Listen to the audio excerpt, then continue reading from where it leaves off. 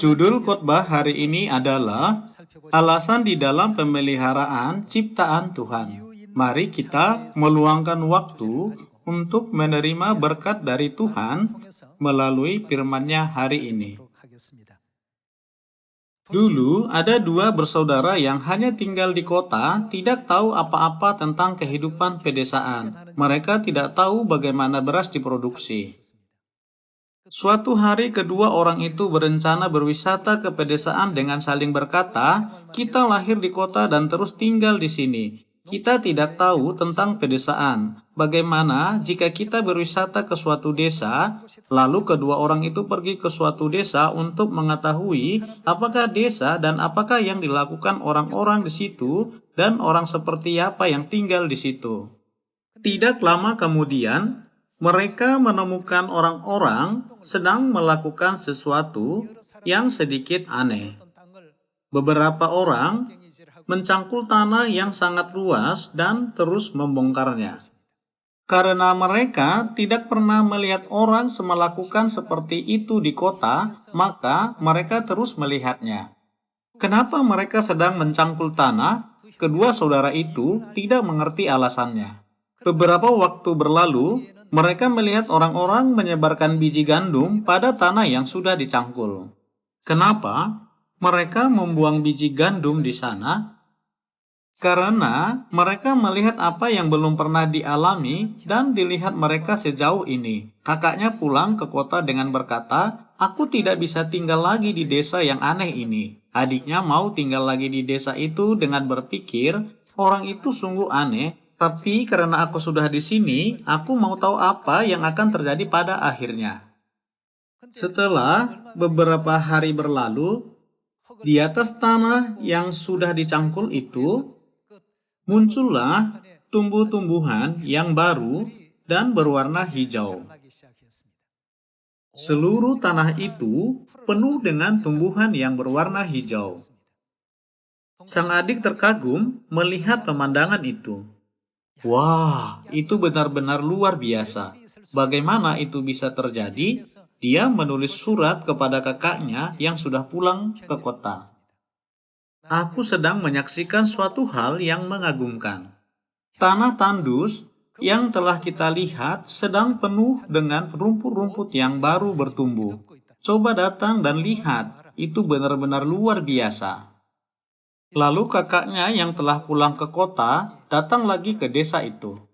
Dia pun ingin tahu bagaimana tanah tandus itu sudah berubah seperti tempat ditutupi sebuah tikar hijau. Dia sangat terkejut. Kedua orang itu tinggal di desa itu beberapa bulan lamanya. Ladang hijau itu berubah menjadi ladang yang berwarna emas. Kedua orang itu terkagum lagi melihatnya. Itu sungguh-sungguh hebat. Bagaimana tumbuhan-tumbuhan yang hijau itu bisa berubah menjadi warna emas. Tidak seorang pun bisa mewarnainya. Itu benar-benar mengagumkan. Namun, tidak lama lagi, petani-petani datang dan memotong semua tumbuhan dengan sabit. Sebenarnya, petani-petani sedang memanen hasil ladang mereka. Dua orang saudara itu kaget lagi melihat para petani sedang memotong semua tumbuhan yang telah dipelihara mereka tanpa ragu-ragu. Sangat sulit untuk membesarkan tumbuhan itu. Bagaimana mereka bisa menghancurkan semua itu? Kakak itu berkata, "Aku tidak bisa mengerti apa yang terjadi di desa. Aku tidak mau hidup lagi bersama orang-orang di sini." Lalu dia pulang ke kotanya. Tetapi adik itu mempertimbangkan keadaan itu dan memutuskan untuk melihat apa yang akan terjadi pada akhirnya. Dia mulai membantu petani-petani dalam mengayak gandum dan memasukkan gandum-gandum ke dalam karung. Selama dia menyimpan gandum yang sudah dipanen, dia mulai merasa mengagumi pekerjaan petani yang menabur biji dan memanen hasilnya. Dan dia bisa memahami pekerjaan dan usaha petani yang tidak bisa dipahaminya dan kakaknya sejauh itu. Dia mulai mengerti kenapa petani mencangkul tanah, kenapa menabur biji gandum, dan memotong semua itu. Sebenarnya petani tidak merusak gandum tetapi memanennya. Karena dua bersaudara itu belum pernah mengalami bertani, kelihatannya petani-petani menghancurkan semua tumbuhan. Akhirnya, adik itu mengerti kehidupan petani itu. Dia memahami alasan mengapa petani sudah berbuat demikian dan mengetahui proses pertumbuhan gandum melalui kehidupan petani.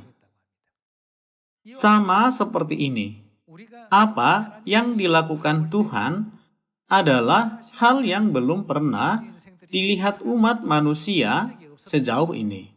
Walaupun tak seorang pun pernah melihatnya, ada alasan dalam segala pekerjaan Tuhan. Ada alasan petani mencangkul tanah, dan ada alasan petani menabur biji pada tanah itu. Saat kita melihat pekerjaan Tuhan tanpa mengetahui alasannya, kita bertanya dalam hati kita, kenapa hal ini terjadi jika ada Tuhan? Kalau kita mencoba mengerti Tuhan dengan pikiran kita dan pendapat kita, akan muncul banyak situasi yang tidak bisa kita pahami. Salah satu situasi itu adalah situasi di mana Tuhan menuntun bangsa Israel keluar dari Mesir ke Laut Merah. Walaupun ada tanah luas di sekeliling bangsa Israel, Tuhan menuntun mereka ke Laut Merah dan membuat mereka putus asa. Kenapa begitu? Ada banyak jalan bagus dan rata sampai ke kanan, tetapi Tuhan memilih padang gurun dan memimpin mereka ke padang gurun. Banyak sekali hal yang terjadi yang tidak bisa dimengerti bangsa Israel. Akan tetapi, apa yang bisa kita sadari setelah melihat akibat dari perjalanan mereka? Pada akhirnya, adiknya tersebut dapat mengerti bahwa ada alasan dalam segala pekerjaan petani, sama seperti ini. Memang kita tidak bisa mengerti segalanya sekarang, tetapi pasti akan tiba saatnya kita bisa mengerti segala hal yang dilakukan Tuhan. Oleh karena itu, sampai kapan kita harus menjaga iman untuk diselamatkan? Sampai akhir. Sama seperti kakaknya, orang yang menyerah di tengah perjalanan dengan berkata, "Ini aneh, tidak bisa memahami pemeliharaan Tuhan." Tetapi adiknya bisa mengerti semua alasan dari perbuatan petani sebab dia bersama mereka sampai akhir. Apakah yang ada di balik semua yang dilakukan Tuhan? Semua pekerjaan Tuhan memiliki alasan. Tuhan adalah petani dan kita adalah ranting-ranting pokok anggur. Bukankah itu sudah diumpamakan di dalam Alkitab? Karena COVID-19, orang di dunia dihadapkan pada banyak larangan sehingga tidak bebas bertemu orang lain dan tidak bebas pergi kemana-mana. Tetapi, pasti ada alasan dalam pemeliharaan Tuhan yang adalah petani rohani. Bukankah ada firman Tuhan, orang yang tersisa di Yerusalem dan mengikuti sampai akhir akan disebut kudus, bukan? Beragam situasi sedang terjadi kepada setiap orang sekarang.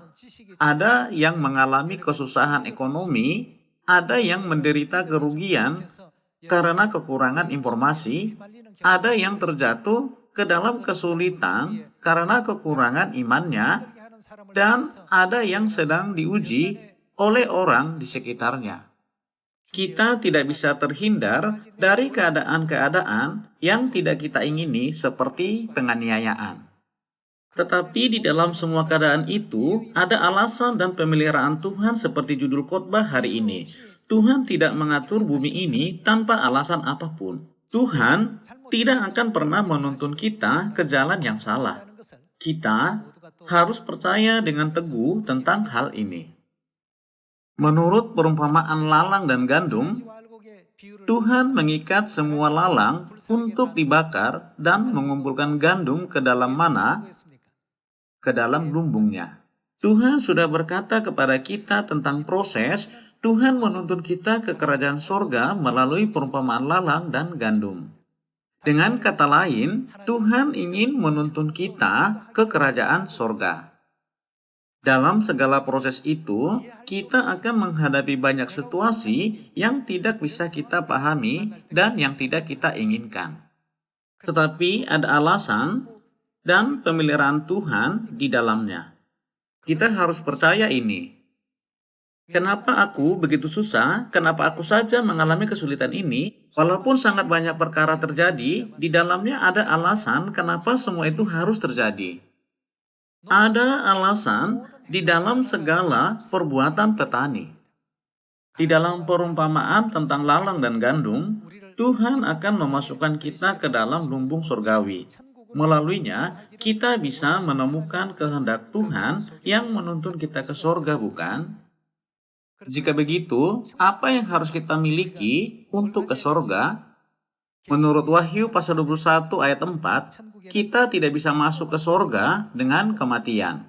Karena tidak ada maut di sorga, kita harus memperoleh hidup yang kekal sebelum masuk ke sorga. Tuhan sudah menetapkan banyak nenek moyang iman kita untuk memberi hidup yang kekal kepada kita. Nenek moyang iman itu terkadang jatuh ke dalam penyembahan berhala dan perbuatan yang tidak dianggap baik oleh Tuhan. Lalu, mereka semua dibinasakan. Tetapi, keturunan mereka percaya kepada Tuhan dengan benar dan diberkati oleh Tuhan. Hal ini berulang-ulang selama 6.000 tahun, bukan? Pada hari terakhir, zaman Roh Kudus, zaman kita ini, Tuhan sudah memberikan kita Ibu Surgawi yang menuntun kita kepada hidup yang kekal, bukan?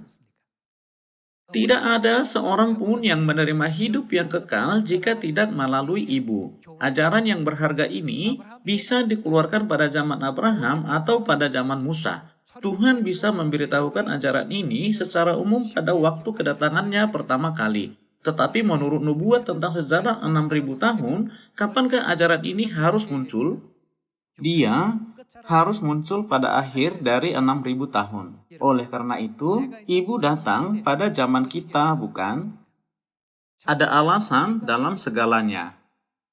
Itulah sebabnya Tuhan telah berkata, orang yang tertinggal di Sion dan yang tersisa di Yerusalem sampai akhir akan disebut kudus. Karena kita berdiam di Sion, kita bisa mengerti mengapa Tuhan telah melakukan seperti itu. Ketika Yesus membasuh kaki murid-muridnya 2000 tahun yang lalu, dulunya Petrus menolak Yesus untuk membasuh kakinya. Tetapi kemudian dia berkata, jangan hanya kakiku saja, tetapi seluruh tubuhku. Waktu itu Yesus berkata kepada Petrus, apa yang kau perbuat engkau tidak tahu sekarang, tetapi akan mengertinya kelak. Sama hal untuk kita. Banyak hal yang tidak bisa kita pahami saat berada di dalam pimpinan Tuhan. Jika Tuhan di antara kita, bukankah Dia harus melakukan ini dan itu? Kita mencoba memahami Tuhan dengan pikiran kita. Tetapi kemanakah Tuhan memimpin kita pada akhirnya? Dia akan membawa kita masuk ke dalam lumbung sorga. Itulah kehendaknya dan tujuannya. Oleh karena itu, Dia memberitahukan Ibu Surgawi kepada kita dan mengutusnya kepada kita pada zaman ini, bukan? Mari kita mempelajari tentang hal ini melalui Wahyu pasal 4. Pasal 4, ayat 10 kita baca. Maka tersungkurlah ke-24 tua-tua itu di hadapan Dia yang duduk di atas tahta itu, dan mereka menyembah Dia yang hidup sampai selama-lamanya. Dan mereka melemparkan mahkotanya di hadapan tahta itu sambil berkata, Ya Tuhan dan Allah kami, Engkau layak menerima puji-pujian dan hormat dan kuasa, sebab Engkau telah menciptakan segala sesuatu, dan oleh karena kehendak-Mu, semuanya itu ada dan diciptakan. Setiap kali saya membaca ayat ini, saya terharu dan terkagum. Oleh karena kehendak-Mu, semua itu ada. Ada alasan di dalam pemeliharaan penciptaan Tuhan. Tuhan melaksanakan pekerjaannya dengan tujuan tertentu. Dia menciptakan keadaan-keadaan di sekeliling kita dan membuat situasi yang sangat cocok untuk kita masuk ke surga. Saya pernah mengatakan ini. Orang-orang menangkap ikan herring dari laut utara dan membawanya ke daratan. Butuh waktu lama untuk mengangkutnya. Jika mereka membawa hanya ikan herring dalam satu tong, hampir semua ikan di situ akan mati. Ikan yang mati dijual dengan harga sangat murah, dibandingkan dengan ikan yang masih hidup yang dijual di pasar ikan. Setelah para nelayan memikirkannya, mereka memasukkan ikan musuh ke dalam tong ikan herring. Ikan sipu atau ikan belanak adalah musuh ikan herring. Ketika ikan belanak dimasukkan ke dalam rombongan ikan herring, hampir 99% dari ikan herring tidak mati.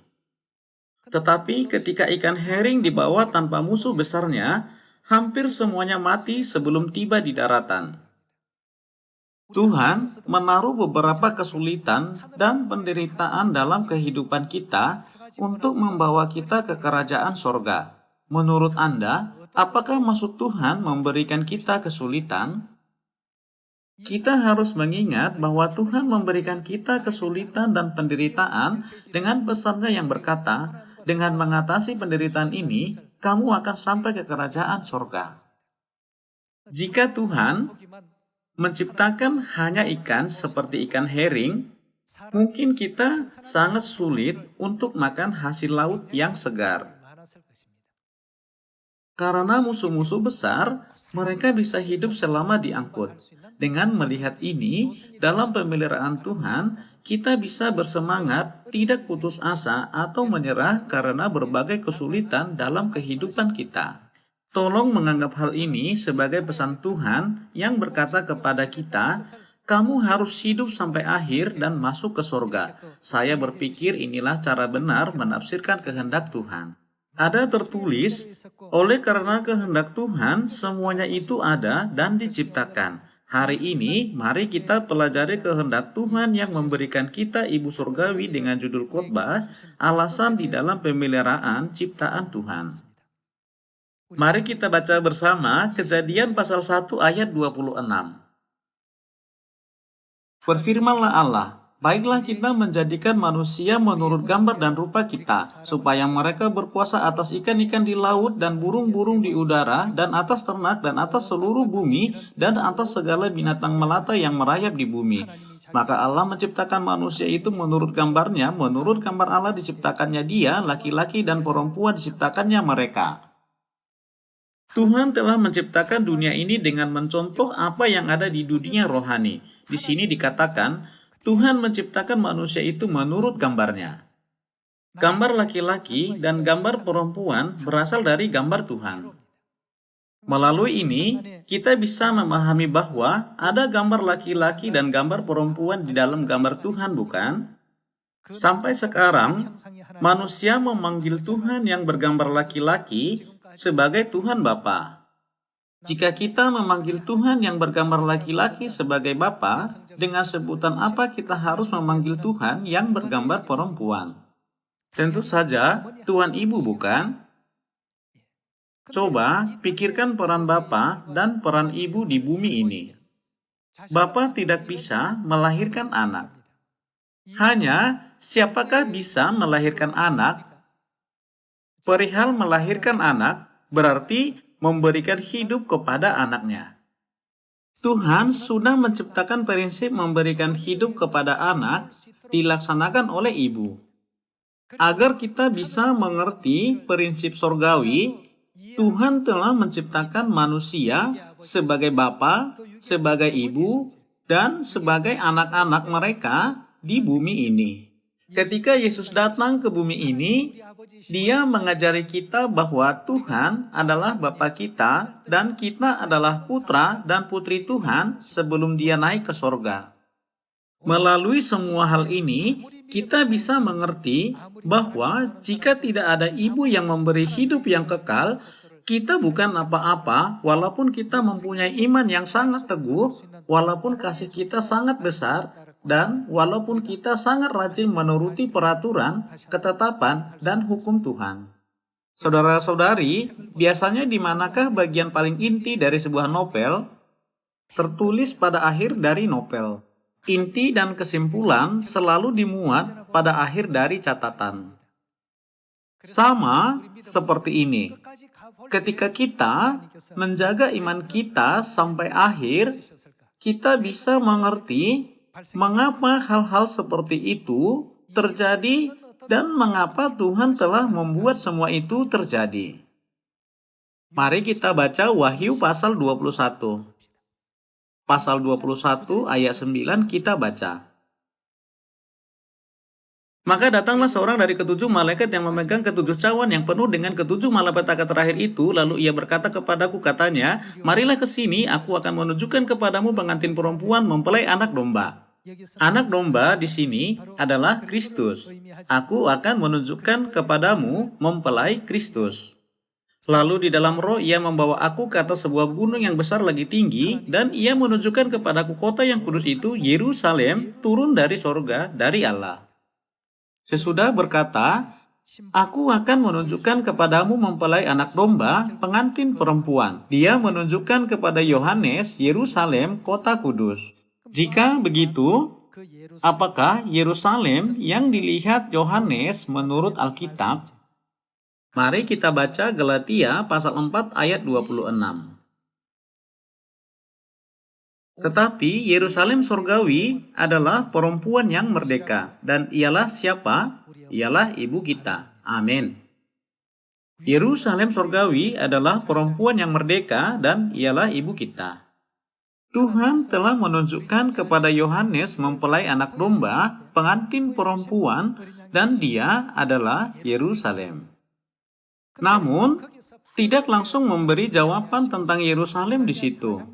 Itu berhubungan dengan Galatia pasal 4 yang berkata, Yerusalem surgawi adalah ibu kita. Dengan kata lain, sama seperti hidup jasmani diberikan oleh ibu jasmani. Hidup rohani, yaitu hidup yang kekal, tidak bisa diberikan tanpa ibu rohani kita. Semua anak Sion harus mengetahui ini. Apakah kita bisa masuk ke sorga jika hidup yang kekal tidak diberikan kepada kita? Kenapa? Karena kerajaan sorga tidak ada kematian. Tidak seorang pun bisa pergi ke dunia di mana tidak ada kematian jika tidak memperoleh hidup yang kekal. Kita harus memahami kenapa Tuhan Ibu muncul pada akhir zaman ini dan kenapa Dia datang ke Sion bersama Bapa dan memanggil kita ke Sion. Pada zaman ini, tidak ada gereja di dunia ini yang percaya kepada Tuhan Bapa dan Tuhan Ibu kecuali gereja kita. Karena itu, kita harus memberitakan iman kita terhadap Ibu ke Samaria dan sampai ke ujung bumi. Sama seperti para rasul dan nabi sudah memberikan nyawa mereka dalam memberitakan Yesus pada waktu kedatangan Yesus yang pertama kali. Mari kita baca Ibrani pasal 11 ayat 32. Dan apakah lagi yang harus aku sebut? Sebab aku akan kekurangan waktu apabila aku hendak menceritakan tentang Gideon, Barak, Simson, Yefta, Daud, dan Samuel, dan para nabi yang karena iman telah menaklukkan kerajaan-kerajaan, mengamalkan kebenaran, memperoleh apa yang dijanjikan, menutup mulut singa-singa, memadamkan api yang dahsyat. Mereka telah luput dari mata pedang, telah beroleh kekuatan dalam kelemahan, telah menjadi kuat dalam peperangan, dan telah memukul mundur pasukan-pasukan tentara asing. Ibu-ibu telah menerima kembali orang-orangnya yang telah mati sebab dibangkitkan. Tetapi orang-orang lain membiarkan dirinya disiksa dan tidak mau menerima pembebasan supaya mereka beroleh kebangkitan yang lebih baik. Iman mereka terhadap Bapa sungguh hebat. Ayat 36. Ada pula yang diejek dan didera, bahkan yang dibelenggu dan dipenjarakan. Mereka dilempari, digergaji, dibunuh dengan pedang. Mereka mengembara dengan berpakaian kulit domba dan kulit kambing sambil menderita kekurangan, kesesakan, dan siksaan. Dunia ini tidak layak bagi mereka. Mereka mengembara di padang gurun dan di pegunungan, dalam gua-gua dan celah-celah gunung. Dan mereka semua tidak memperoleh apa yang dijanjikan itu, sekalipun iman mereka telah memberikan kepada mereka suatu kesaksian yang baik. Sebab Allah telah menyediakan sesuatu yang lebih baik bagi kita. Tanpa kita, mereka tidak dapat sampai kepada kesempurnaan. Iman mereka sungguh hebat, tetapi mereka belum mendapatkan kesempatan untuk menerima Tuhan Ibu. Mereka hanya bertemu dengan Ibu Surgawi dalam penglihatan dan perumpamaan. Namun Anda semua dan saya hidup di zaman Ibu Surgawi. Kita hidup pada saat Bapa Surgawi dan Ibu Surgawi dua-duanya datang sebagai manusia. Ada tertulis, tanpa kita mereka tidak dapat sampai kepada kesempurnaan. Apakah kita lebih baik daripada rasul-rasul? Adakah yang lebih baik dari para rasul yang mengatasi dan menahan kesengsaraan dan penganiayaan ini? Satu-satunya hal yang lebih baik dari mereka adalah kita sudah bertemu Ibu dan mempunyai iman terhadap Ibu. Itulah sebabnya Tuhan menyebutkan orang yang percaya kepada Tuhan Ibu sebagai anak-anak janji. Janji itu adalah hidup yang kekal, bukan? Hidup yang sesungguhnya bisa diberikan ketika ada Ibu. Jika tidak ada Ibu di bumi, bumi ini tidak bisa menjadi dunia yang hidup lagi. Seharusnya ada Ibu Surgawi. Mari kita baca Galatia pasal 4 ayat 28. Dan kamu saudara-saudara, kamu sama seperti Ishak adalah anak-anak janji. Tetapi seperti dahulu, dia yang diperanakan menurut daging, menganiaya yang diperanakan menurut roh, demikian juga sekarang ini. Tetapi apa kata nas kitab suci? Usirlah hamba perempuan itu beserta anaknya, sebab anak hamba perempuan itu tidak akan menjadi ahli waris bersama-sama dengan anak perempuan merdeka itu. Karena itu, saudara-saudara, kita bukanlah anak-anak hamba perempuan, melainkan anak-anak perempuan merdeka. Tuhan mengajar kita tentang Ismail, anak hamba perempuan, dan Ishak, anak perempuan merdeka, supaya kita bisa mengetahui kita adalah anak-anak janji seperti Ishak. Ishak seharusnya tidak layak untuk menerima hak kesulungan, karena anak sulung Abraham adalah Ismail. Tetapi Tuhan membiarkan kita tahu bahwa anak sulung tidak hanya dilahirkan dari Abraham dan tanpa Sarah tidak bisa menjadi anak sulung. Saudara-saudari, jika begitu, anak Abraham yang harus dilahirkan oleh siapa bisa menjadi anak-anak janji? Memang kita percaya kepada Bapa, tetapi juga harus percaya kepada siapa? Kita harus menjadi anak-anak Sarah yang melambangkan Ibu Surgawi. Hanya satu syarat untuk menjadi anak-anak Ibu Surgawi. Ishak telah dipilih sebagai anak sulung bukan karena dia pintar atau badannya besar dan kuat. Hanya karena dia adalah anak ibunya Sarah, hanya karena alasan itu. Dia menjadi anak sulung, ahli waris, dan menerima segala warisan Abraham, bukan? Hari ini, semua anak Sion di seluruh dunia, mari kita menjaga iman kita terhadap Tuhan Bapa dan Tuhan Ibu sampai akhir. Tuhan telah menciptakan segala hal di dunia ini dengan tujuan mereka. Ada alasan di dalam pemeliharaan Tuhan. Sama seperti dua bersaudara tersebut dalam cerita tadi, dunia tidak tahu apa yang dilakukan Tuhan. Orang di dunia menganggap wajar pemeliharaan Tuhan.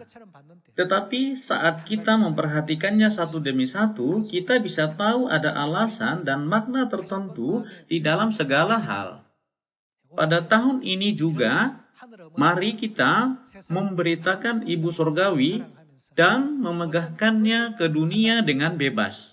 Jangan kita lari dari kesulitan dalam pekerjaan ini. Kita harus menjadi anak-anak surgawi yang bisa menerima banyak berkat dari Tuhan dengan mengatasi semua kesulitan. Semoga Tuhan memberkati. Saya menutup khotbah. Terima kasih.